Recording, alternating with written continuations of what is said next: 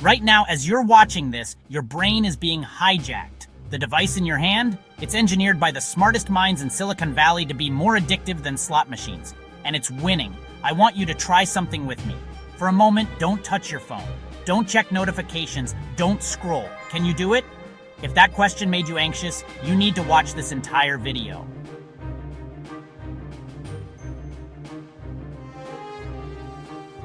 Because what I'm about to show you will change how you see that device forever. We're going to expose the hidden mental health crisis that's affecting 95% of adults, yet nobody's talking about it. And by the end, you'll have a step-by-step plan to reclaim your mind, your focus, and your happiness.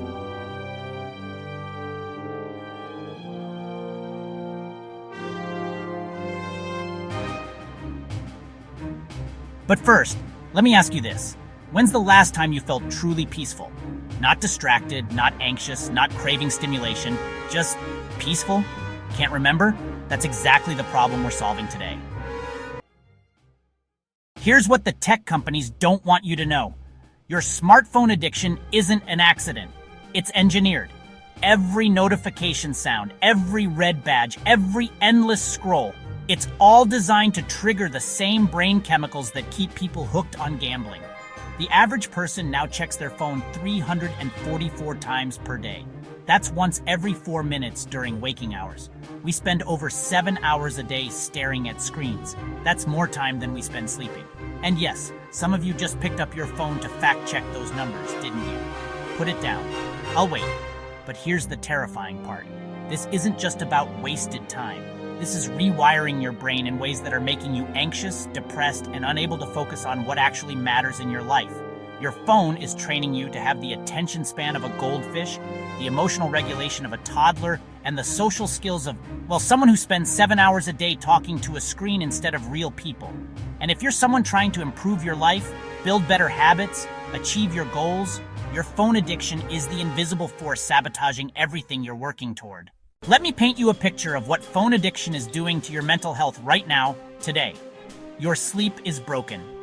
That blue light is suppressing melatonin production, making it harder to fall asleep and destroying the quality of your rest. Poor sleep leads to increased anxiety, depression, and impaired decision-making. Your attention is fragmented. Your brain is now conditioned to expect a new piece of stimulation every few seconds.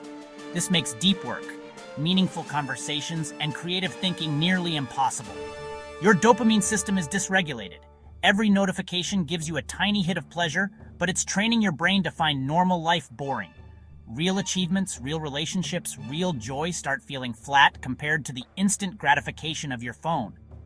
Ever sat down to read a book and found yourself reaching for your phone after 2 paragraphs? Or started a conversation with someone and felt the urge to check messages mid-sentence?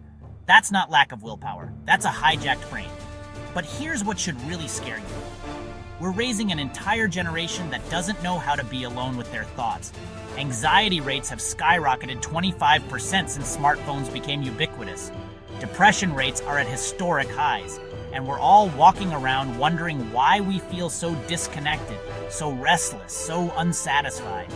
The answer is in your pocket, buzzing every few minutes, training you to seek external validation instead of building internal peace. Let's get nerdy for a minute, but don't worry, I'll make this simple and actionable. Your brain has a reward system powered by dopamine. This system evolved to help our ancestors survive. It rewarded finding food, finding shelter, forming social connections. It was supposed to motivate survival behaviors.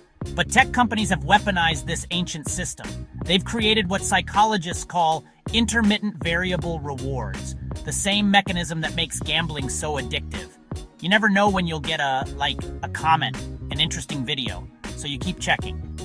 Former Google design ethicist Tristan Harris revealed that tech companies employ teams of neuroscientists and behavioral psychologists whose job is to make their apps more addictive. They literally study how to hijack human psychology. Quick test. Can you go to the bathroom without taking your phone? If you said no, you're not alone. 75% of people admit to using their phone in the bathroom. We've literally trained ourselves that we can't be alone with our thoughts for even 5 minutes. And here's why this matters for your personal development. Every goal you have, better relationships, career success, physical health, mental clarity, requires sustained focus, delayed gratification, and the ability to sit with discomfort. Your phone addiction is training you for the exact opposite of these skills. You can't build a better life when your attention is scattered across 1,000 meaningless distractions. All right, enough problems. You want solutions. You want your life back. Here's exactly how to do it. The Phone Liberation Protocol. Step 1. The digital declutter. Delete any app that doesn't serve a specific positive purpose in your life. Social media apps that make you feel bad about yourself? Gone. News apps that flood you with negativity? Deleted. Games that eat your time? Bye. Step 2.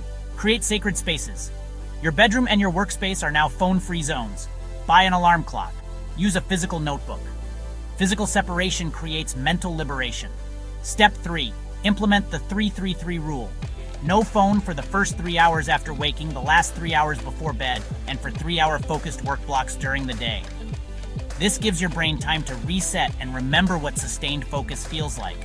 Actually, let's start right now. Turn your phone on airplane mode for the rest of this video. See what that feels like. Notice if there's anxiety. That's your brain trying to maintain its addiction. Step 4. Replace the habit loop.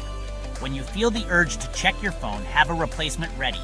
Take 3 deep breaths, do 10 push-ups, write 1 sentence in a journal, or text someone you love. You're retraining your reward system. Step 5. The Sunday reset.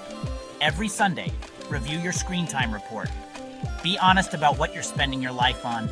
Adjust your app settings, unsubscribe from notifications, and set intentions for the coming week. Here's what's at stake. Every day you don't address this is another day your brain gets more addicted, more scattered, more dependent on external stimulation for happiness. But here's what's possible when you break free. Imagine waking up without immediately reaching for your phone. Imagine having conversations where you're fully present. Imagine being able to read a book, work on your goals, sit in nature without feeling the need to document it for social media. Imagine your mind being calm, focused, and genuinely excited about your real life, instead of constantly seeking escape from it. This isn't just about productivity or time management. This is about reclaiming your humanity. This is about being present for your own life instead of watching it pass by through a screen. The question isn't whether you can live without your phone addiction. The question is whether you can afford to live with it. How many more birthdays will you half experience because you're filming them? How many more sunsets will you miss because you're staring at a screen? How many more opportunities for real connection, real growth, real joy will you sacrifice for artificial digital stimulation? Your future self is begging you to make this change today.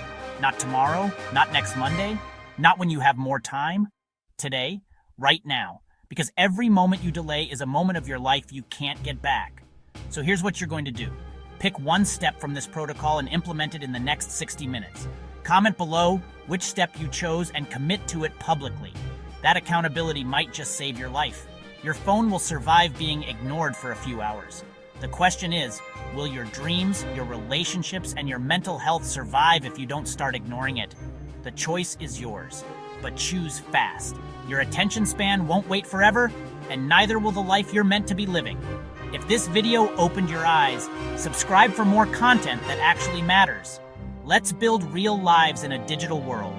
Your mind is waiting to be freed. What are you waiting for? Ooh.